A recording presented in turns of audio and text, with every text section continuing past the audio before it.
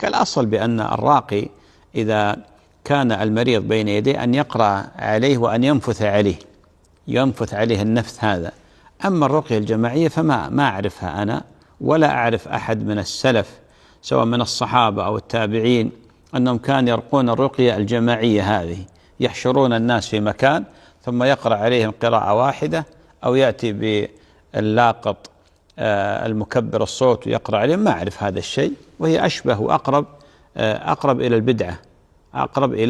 أنا ما أعرف يعني مثل هذه الطريقة. قد يتحجج بعض الرقاة يقول والله العدد كبير عندي أنا، العدد كبير. طيب كيف؟ وحتى لو كان العدد كبير ما يمكن أنك تقرأ هكذا بشكل جماعي على مجموعة كبيرة حشرتهم في مكان واحد. لهذا هذه من جملة المخالفات التي يقع فيها بعض الرقاة الشرعيين، وفقنا الله وإياهم لكل خير.